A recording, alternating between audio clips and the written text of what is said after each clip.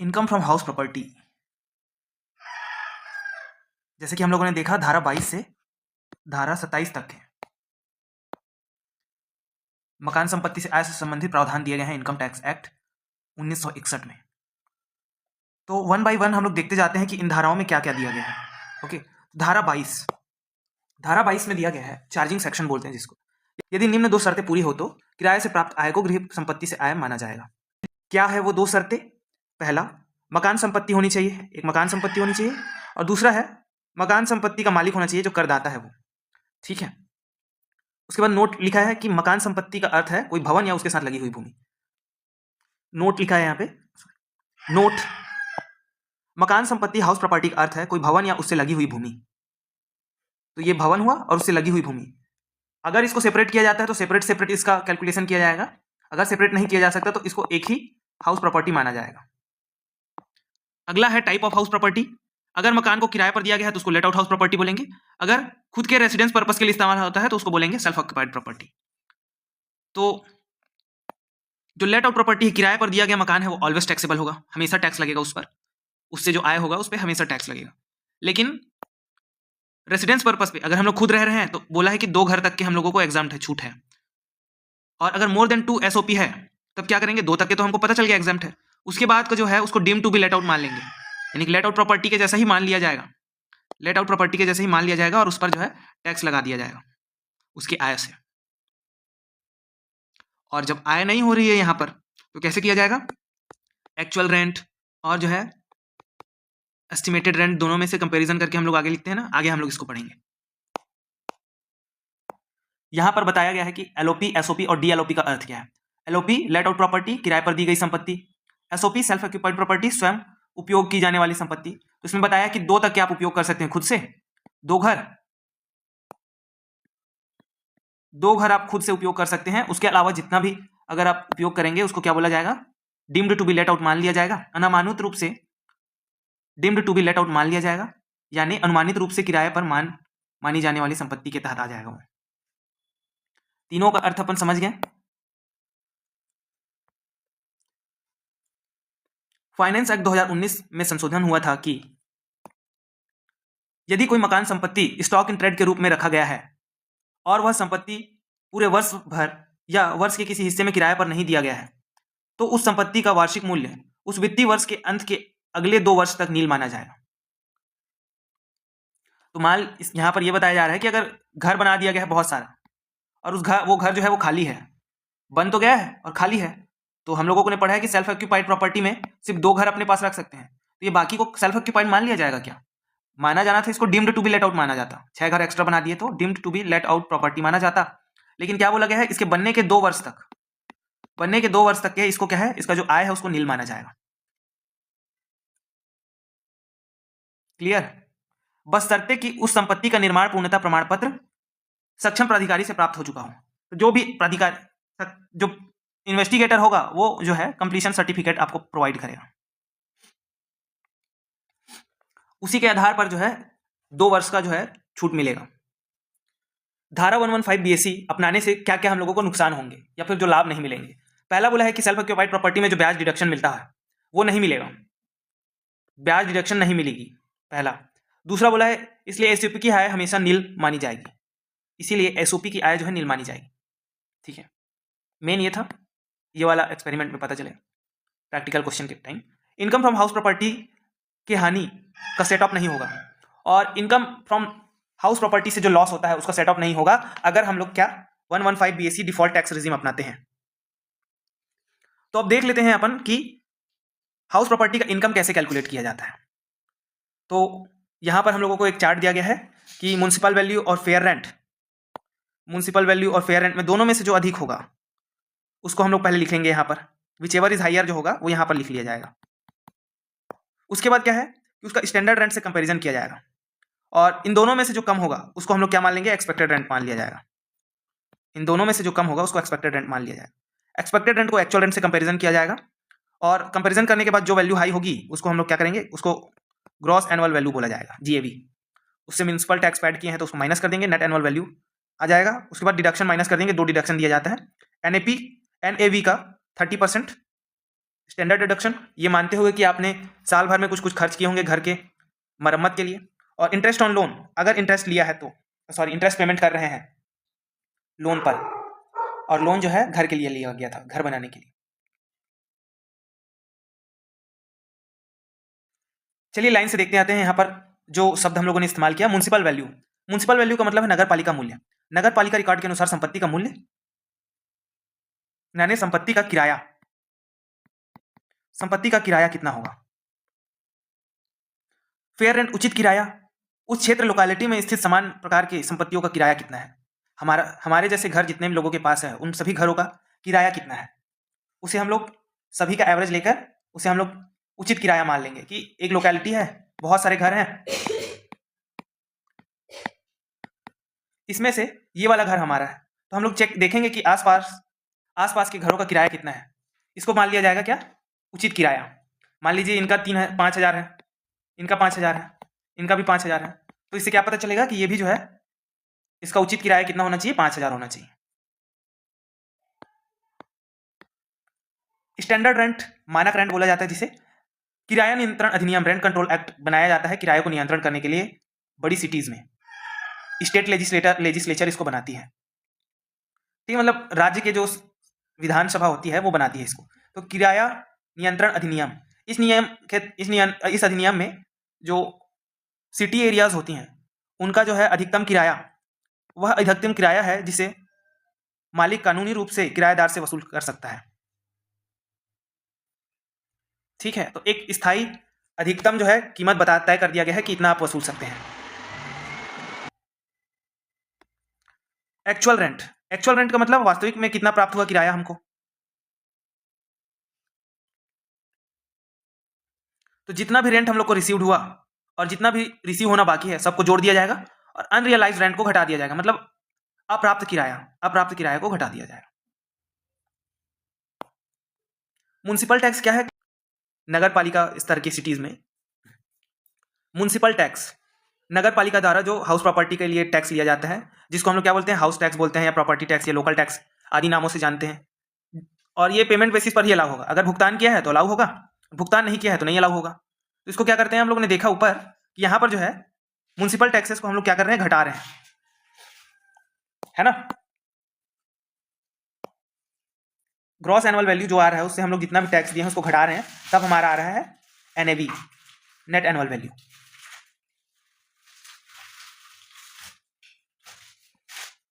हम लोगों ने उसके बाद देखा कि डिडक्शन दिया जाता है। Deduction 30% of net annual value, और दूसरा है लोन, इंटरेस्ट ऑन लोन जो हम लोग पर ईयर जो है पेमेंट करते हैं पर एनम, उसका हम लोगों को क्या मिलता है, छूट मिलता है। और उसके बाद आ जाता है हमारा इनकम फ्रॉम हाउस प्रॉपर्टी। ठीक है, इंटरेस्ट ऑन लोन, यदि ऋण मकान संपत्ति के लिए लिया गया है तभी उसकी कटौती मिलेगी। ऋण बैंक से, वित्तीय संस्था, ट्रस्ट, मित्र, रिश्तेदारों आदि किसी से भी लिया जा सकता है। ब्याज जो है ड्यू बेसिस पर ही मिलेगा, कि पेमेंट किया हो या ना किया हो। हम लोगों को इंटरेस्ट का, मान लीजिए इंटरेस्ट हम लोगों ने पेमेंट किया है तो हमको तो मिलेगा ही उसका डिडक्शन, और अगर हम लोगों ने इंटरेस्ट पेमेंट नहीं किया है, बस ड्यू हो गया है लेकिन वास्तविक में पेमेंट नहीं किया है, तो भी इसका हमको डिडक्शन मिलेगा। और ब्याज पे ब्याज, अगर हम लोग कभी पैसा चुकाए नहीं, ब्याज नहीं चुकाए, तो उस ब्याज का जो पैसा है मूल में जुड़ जाएगा। और उसके बाद क्या, उस मूल पर लगने वाला जो ब्याज है, उस ब्याज पे ब्याज लगने वाला जो है, उस पर जो है कटौती की अनुमति नहीं देती है, तो उस ब्याज पे ब्याज नहीं लगेगा। उस ब्याज पे ब्याज लगेगा लेकिन उसका हम लोगों को डिडक्शन नहीं मिलेगा। ओके, तो लिमिट तय किया गया है कि कितना लिमिट मिलेगा, कितना लिमिट तक हम लोग डिडक्शन ले सकते हैं इंटरेस्ट का। कि बोला गया कि LOP और लेट आउट प्रॉपर्टी के केस में ब्याज पर हमें कितना डिडक्शन मिल सकता है, उसके लिए लिमिट तय किया गया है। वो लिमिट यहां पर दिया हुआ है। लेट आउट प्रॉपर्टी और deem to be let out property में अनलिमिटेड इंटरेस्ट, जितना भी हम लोगों ने पेमेंट किया सारे के सारे टोटल इंटरेस्ट आर अलाउड। पर सेल्फ ऑक्युपाइड प्रॉपर्टी के केस में, स्पेशल केसेस में 2 लाख रुपए पर एनम तक के डिडक्शन अलाउ है। नॉर्मल केसेस में 30,000 तक के डिडक्शन अलाउ है। ठीक है, स्पेशल केस क्या है कि वो जो है लोन जो है वो 1/4/1999 के बाद लिया गया हो, 1 अप्रैल 1999 के बाद लिया गया हो, और वो purchase and construction of house property के लिए लिया गया हो। If loan is taken for construction then construction should be completed within 5 year. अगर वो लोन कंस्ट्रक्शन के लिए लिया गया है तो कंस्ट्रक्शन 5 वर्षों में कंप्लीट हो जाना चाहिए।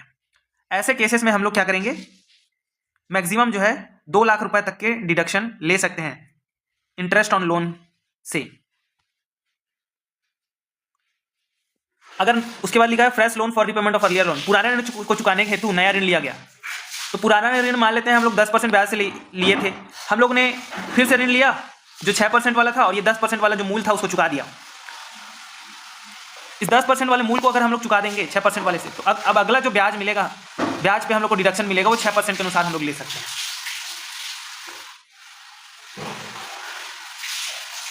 Interest paid outside India, Bharat के बाहर दिया गया ब्याज। यदि भारत के बाहर ब्याज भुगतान किया गया है और उस पर टीडीएस नहीं काटा गया है तो ऐसी ब्याज पर कटौती की अनुमति योग्य नहीं है। लेकिन टीडीएस अगर काट दिया जाए तो जो है कटौती मिलेगा। टीडीएस क्या होता है कि जैसे कि यहाँ पर एक फॉरेन का इंसान है और ये इंडियन है, तो इसने जो है फॉरेन से क्या लिया, लोन लिया, मान लेते हैं 1 लाख का लोन लिया है और इसने चुका रहा है, ये ब्याज इंटरेस्ट चुका रहा है उस पर कितना 10%, 10,000 रुपये इसका इंटरेस्ट चुकाता है और टीडीएस जो है वो 5% है मान लेते हैं।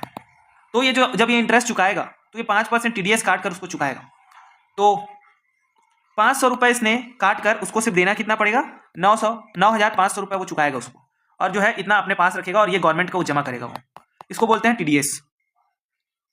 अगर वो टीडीएस काटा है तो फॉरेन के केस में अगर लोन भारत के बाहर से लिया गया है और उस पर जो है ब्याज दिया जा रहा है भारत के बाहर, तो उस ब्याज पर हम लोगों को कटौती तभी मिलेगी, डिडक्शन तभी मिलेगा जब हम लोग उस पर टीडीएस काट कर उसको पेमेंट करेंगे, क्योंकि गवर्नमेंट दोबारा उसको खोज कर उससे पेमेंट लेने नहीं जाएगी। इसका पेमेंट जो है पहले से होना, इस पर टैक्स जो है पहले से लग जाएगा, TDS tax deducted at source. Pre construction and pre acquisition period के बारे में आप लोगों से डिस्कस किया था मैंने क्लास में। प्री कंस्ट्रक्शन प्री एक्विजिशन, पूर्व निर्माण और पूर्व अधिग्रहण पर ब्याज। पूर्व निर्माण ब्याज का अर्थ है निर्माण पूरा नहीं हुआ है और उस समय हम लोग पेमेंट कर रहे हैं। मान लीजिए हम लोगों ने 2021 में लोन लिया था और 2022 तक के हमारा घर बनता रहा, 2023 में हमारा घर बनता रहा और 2024 तक के वो बनता रहा, 2025 में वो बनकर रेडी हुआ, 2025 में वो कंप्लीटेड हुआ। तो यहां पर जो है जब तक कि वो घर बन के रेडी नहीं हो जाता तब तक के हम लोग उस ब्याज की डिडक्शन का कटौती नहीं ले सकते, है ना। तो यहां पर सबसे मेन चीज क्या है कि घर बनने के बाद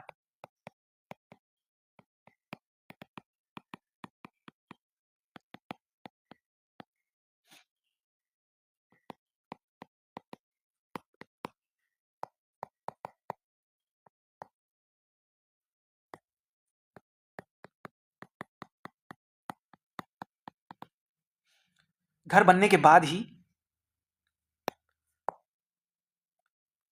तो यहां पर सबसे मेन चीज क्या है कि घर बनने के बाद ही हम लोग इंटरेस्ट ऑन लोन पर कटौती डिडक्शन ले सकते हैं। यहां पर एक क्वेश्चन है जो हम लोगों ने क्लास में किया है, अनरियलाइज्ड रेंट किसको बोलेंगे। जैसे कि हम लोगों ने देखा कि फेयर वैल्यू और म्युनिसिपल वैल्यू और फेयर वैल्यू में जो दोनों में से जो ज्यादा होता है उसको आगे लेकर जाते हैं और स्टैंडर्ड रेंट के साथ कंपैरिजन किया जाता है। इन दोनों में से जो कम होता है, इन दोनों में से कम होता है उसको हम लोग क्या बोलते हैं, एक्सपेक्ट, जो आता है उसके बाद एक्सपेक्टेड रेंट माना जाता है। वो एक्सपेक्टेड रेंट और एक्चुअल रेंट में कंपैरिजन किया जाता है। दोनों में से जो अधिक होता है वो हमारा क्या बन जाता है, जीएवी। अब जीएवी में हम लोग क्या घटा देते हैं, म्युनिसिपल टैक्स।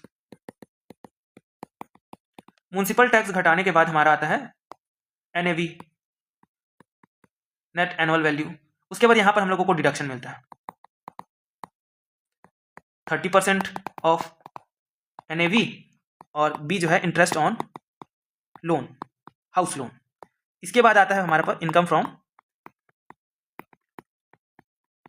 House property. तो ये हमारा पूरा प्रक्रिया है। तो एक बार देखते हैं अपन यहां पर अनरियलाइज रेंट, एक्चुअल रेंट क्या होता है। हम लोगों ने डिस्कस किया म्युनिसिपल वैल्यू क्या होता है, फ्रेश फेयर रेंट क्या होता है, एक्सपेक्टेड रेंट, स्टैंडर्ड रेंट क्या होता है, एक्चुअल रेंट क्या होता है। Actual rent, rent received plus rent receivable minus unrealise rent. Rent received मतलब जितना भी पैसा हम लोगों को प्राप्त हो चुका है, रेंट रिसीवेबल, रेंट रिसीव्ड जो प्राप्त हो गया है, रेंट रिसीवेबल जो मिलने वाला है। अनरियलाइज रेंट जो मिलेगा नहीं, कभी नहीं मिलेगा। अनरियलाइज रेंट वह किराया है जो मालिक किराएदार से वसूल नहीं कर सका, ठीक है, वसूल नहीं कर पाए उससे पैसा, लेकिन इसको जो है इसको घटाया जाएगा, ग्रॉस एनुअल वैल्यू से घटाया जाता है, ऐसा बोला गया है इसको, है ना। हम लोग यहां से भी घटा कर लिख सकते हैं या फिर ग्रॉस एनुअल वैल्यू से अलग से घटा सकते हैं अनरियलाइज रेंट को। चलिए देखते हैं क्या क्या शर्तें हैं।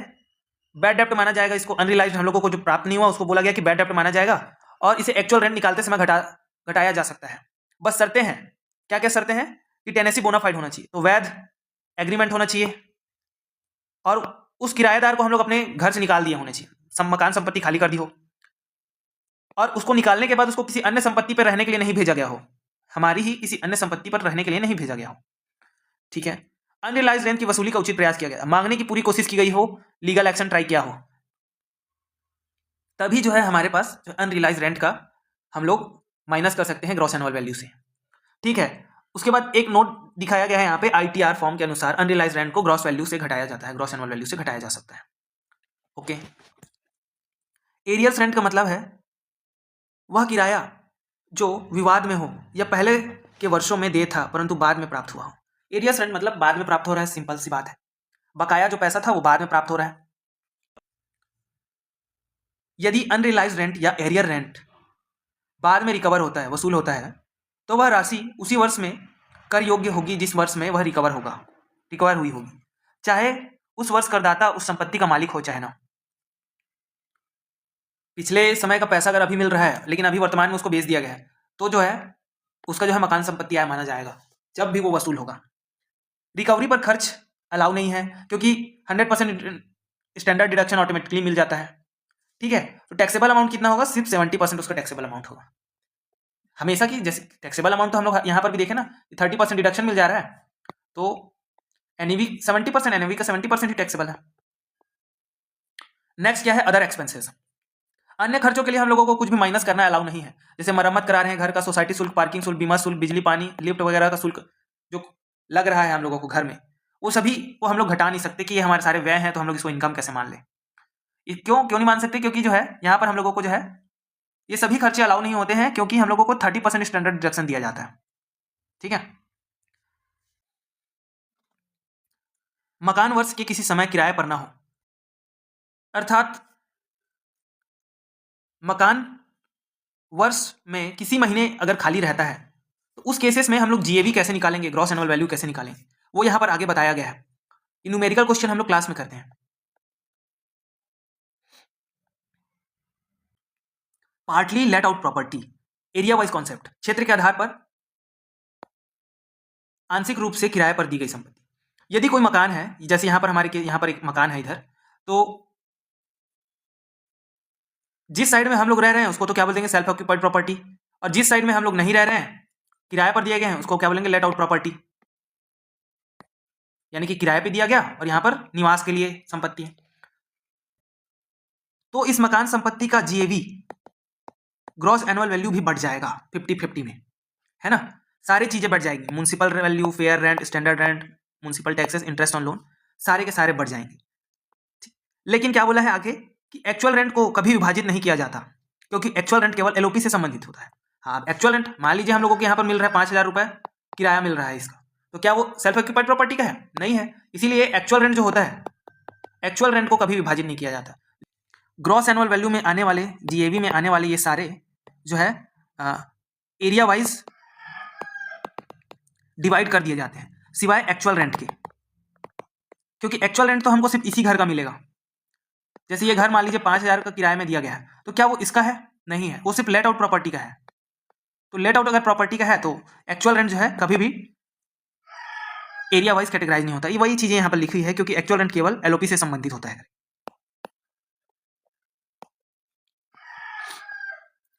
Partly late out property time wise concept क्या है? क्या बोला है यहाँ पर कि अगर कोई प्रॉपर्टी, यदि संपत्ति कुछ समय के लिए किराए पर हो और शेष समय के लिए स्वयं के उपयोग के लिए रहा, तो पूरी संपत्ति को एलओपी माना जाएगा, पूरे साल भर के लिए उसको एलओपी माना जाएगा, ठीक है। आगे ये मेन चीज पढ़ लेते हैं अपने। यहां तक कि यदि संपत्ति एक दिन के लिए भी किराए पर दी गई हो तो भी पूरी संपत्ति एलओपी मानी जाएगी पिछले वर्ष के लिए, ठीक है। प्रीवियस ईयर में अगर एक दिन भी हम लोग उसको लेट आउट प्रॉपर्टी बना देते हैं एक दिन के लिए भी, तो पूरे साल भर के लिए वो क्या कहलाएगा, लेट आउट प्रॉपर्टी, भले वो साल भर खाली रहा हो या सेल्फ ऑक्यूपाइड रहा हो। यदि करदाता के पास 2 से अधिक एसओपी हो, अगर करदाता के पास अगर 2 से अधिक एसओपी है तो हम लोगों ने देखा कि शेष जितनी बस्ती हैं 2 के अलावा उन सभी को deem to be let out property मान लिया जाता है, यानी कि किराया पर दिया गया है ऐसा मान लिया जाता है। कॉन्सेप्ट ऑफ जॉइंट ऑनरशिप, अगर किसी प्रॉपर्टी का बहुत सारे मालिक हैं तो तब क्या होगा? जब कोई संपत्ति एक से अधिक व्यक्तियों का मालिकाना हक वाली हो तो इसे को ऑनरशिप कहते हैं, ठीक है। तो अगर एक से ज्यादा ऑनर होंगे तब कैसे किया जाएगा? तो हाउस प्रॉपर्टी का आय जो है सामान्य तरीके से गणना की जाएगी, ठीक है। उसके बाद आय को ऑनर्स के बीच में उनके ऑनरशिप के रेशियो के अनुसार बांट दिया जाएगा, मतलब जितने के उनका मालिकाना हक है उनके अनुपात में बांट दिया जाएगा। तो इन पर जो है इंटरेस्ट किस तरीके से मिलेगा? क्या बोला कि अगर लेट आउट प्रॉपर्टी है, deem to be let out property, तो पूरा इंटरेस्ट जो है अलाउड है। और अगर सेल्फ ऑक्यूपाइड है तो क्या बोला गया है यहाँ पर 30,000 या फिर 2 लाख जो है जितने इंटू नंबर ऑफ को ऑनर, जितने भी को ऑनर रहेंगे उससे मल्टीप्लाई करके यहाँ पर जो है हमारा जो है डिडक्शन वाला इंटरेस्ट कैलकुलेट किया जाएगा, ठीक है।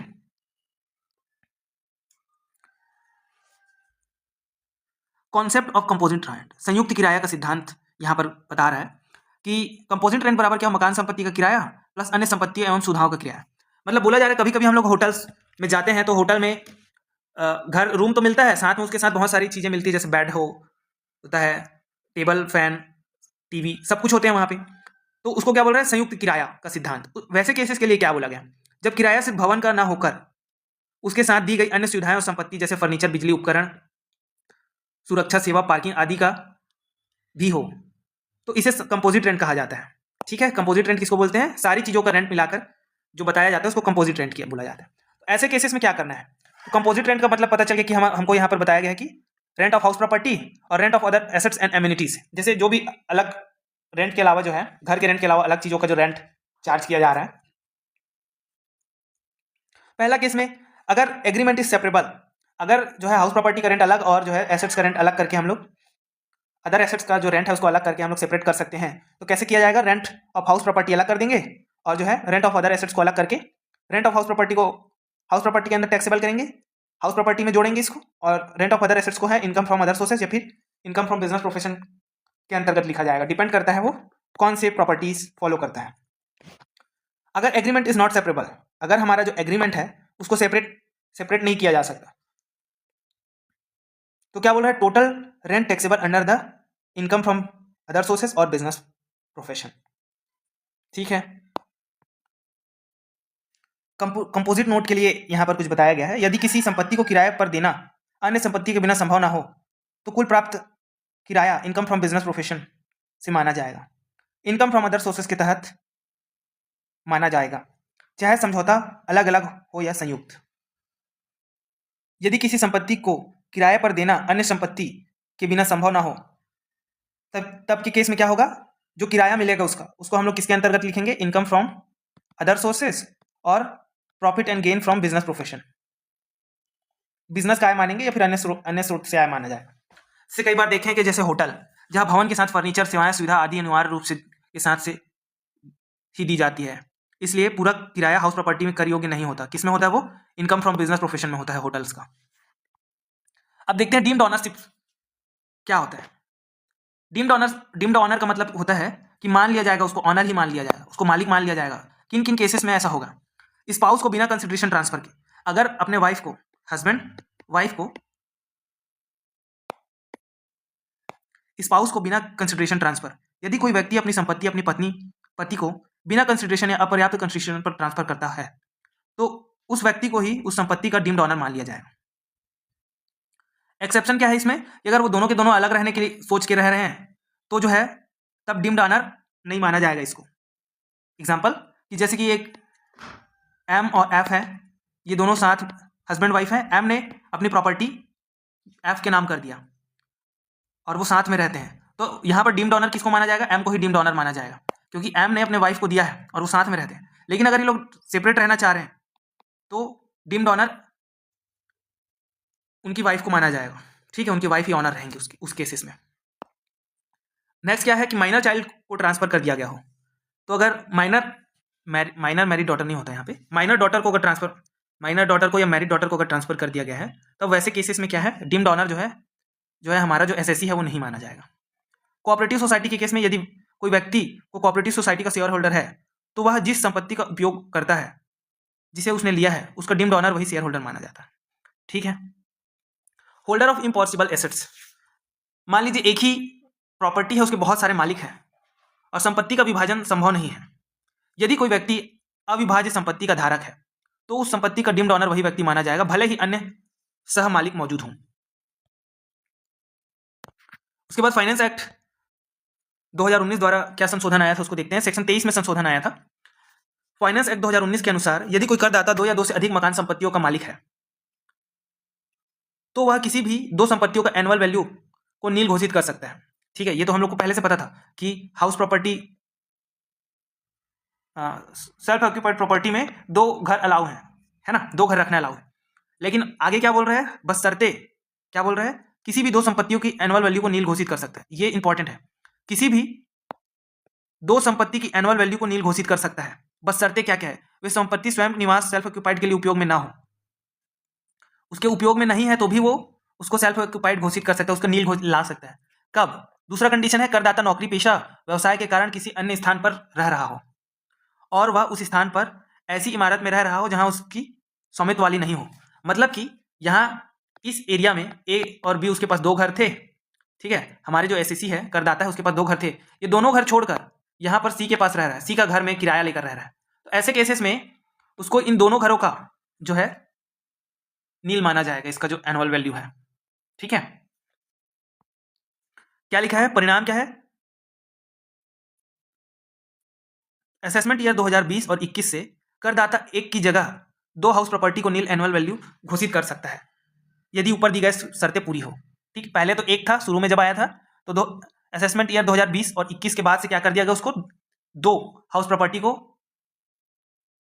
प्रॉपर्टी के एनुअल वैल्यू को नील कर सकता है वो, मतलब उसका जो वैल्यू है एनुअल वैल्यू नील कर सकता है, जीरो कर सकता है।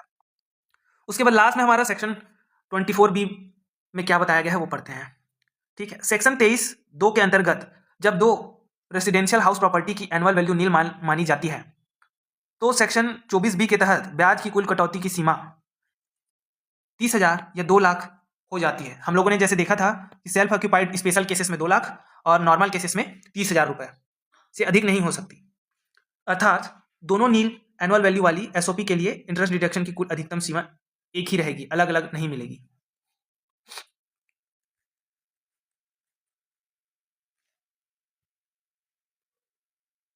तो एक बार अगर हम लोग यहां पर रिवाइज करें कि हमको क्या क्या पता चला है, चलिए देखते हैं। हमको क्या पता चला है यहाँ पे कि इनकम फ्रॉम हाउस प्रॉपर्टी कैसे कैलकुलेट किया जाता है। कैसे कैलकुलेट किया जाता है, सबसे पहले जो है म्युनिसिपल वैल्यू, उस घर का म्युनिसिपल रेंट निकाला जाता है। उसके बाद फेयर रेंट से उसको कंपैरिजन किया जाता है। इन दोनों में से जो अधिक होता है उसको हम लोग क्या करते हैं, उसको आगे फॉरवर्ड कर दिया जाता है, उसको ले लिया जाता है उस अमाउंट को, और उस अमाउंट का कंपैरिजन किया जाता है स्टैंडर्ड रेंट से, जो कि रेंट कंट्रोल एक्ट द्वारा बनाया गया रहता है। तो इन दोनों में से जो कम होता है उसको फिर आगे बढ़ाया जाता है। इसको हम लोग क्या बोलते हैं, एक्सपेक्टेड रेंट। एक्सपेक्टेड रेंट और एक्चुअल रेंट में से दोनों में से जो बड़ा होता है उसको हम लोग बोलते हैं ग्रॉस एनुअल वैल्यू। अब ग्रॉस एनुअल वैल्यू से हम लोग घटाते हैं सबसे पहले म्युनिसिपल टैक्स। म्युनिसिपल टैक्स घटाने के बाद हमारे पास आता है नेट एनुअल वैल्यू। इसमें हम लोग दो तरह के डिडक्ट करते हैं। पहला है 30% ऑफ NAV, जिसको हम लोग बोलते हैं स्टैंडर्ड डिडक्शन, और दूसरा है इंटरेस्ट ऑन लोन, जो हाउस प्रॉपर्टी के लिए लिया गया हो। इसको घटाने के बाद जो आता है उसको हम लोग बोलते हैं इनकम फ्रॉम हाउस प्रॉपर्टी। एक एक बार सबके बारे में अपन डिस्कस करते हैं क्या होता है। ये तो जानते हैं म्युनिसिपल वैल्यू होता है कि नगर पालिका द्वारा जो उस मकान का कीमत डिसाइड कर दिया गया हो, वो किराया डिसाइड किया गया हो। फेयर वैल्यू किसको बोलते हैं, कि फेयर रेंट का मतलब है कि उस एरिया में क्या रेंट चल रहा है उस तरह की बिल्डिंग का, उस तरह के मकान का। Standard rent rent control act के तहत डिसाइड किया गया हो। तो इनमें से इस प्रक्रिया से निकलता है हमारा एक्सपेक्टेड रेंट। इस प्रक्रिया से निकालने के पीछे का कारण आप लोगों को बताया गया था कि क्या अगर ऐसा ना होता तो कोई किसी को 50 रुपए में अपना घर किराया दे सकता है, फैमिली वाले को या फिर अपने फ्रेंड्स को, किसी को भी सस्ते में किराए में दे सकता है। तो ऐसा ना हो, इसके बाद क्या होगा, सस्ते में किराया देगा और वो टैक्स से बचने की कोशिश करे, हालांकि वो अन्य फॉर्म में भी ले सकता है ना, रेंट। तो यहाँ पर मिनिमम रेंट स्थापित करने का यहाँ पर केस है कि एक्सपेक्टेड रेंट, अनुमानित रेंट कम से कम इतना होना ही चाहिए। ये किस आधार पर तय किया जा रहा है अनुमानित rent? Municipal value, fair rent और स्टैंडर्ड रेंट के आधार पर एक्सपेक्टेड रेंट डिसाइड किया जाए। एक्चुअल रेंट जो वास्तविक में प्राप्त हुआ, एक्चुअल रेंट क्या होता है? रेंट रिसीव्ड, उसमें रिसीव्ड और रिसीवेबल, कि अभी हम लोगों को जो प्राप्त हो चुका है और बाद में जो प्राप्त होगा, इसमें से हम लोग घटा देते थे अनरियलाइज रेंट। अनरियलाइज रेंट का मतलब है जो रेंट हम लोगों को प्राप्त नहीं हुआ, उसके बाद जो आता था उसको हम लोग बोलते थे एक्चुअल रेंट।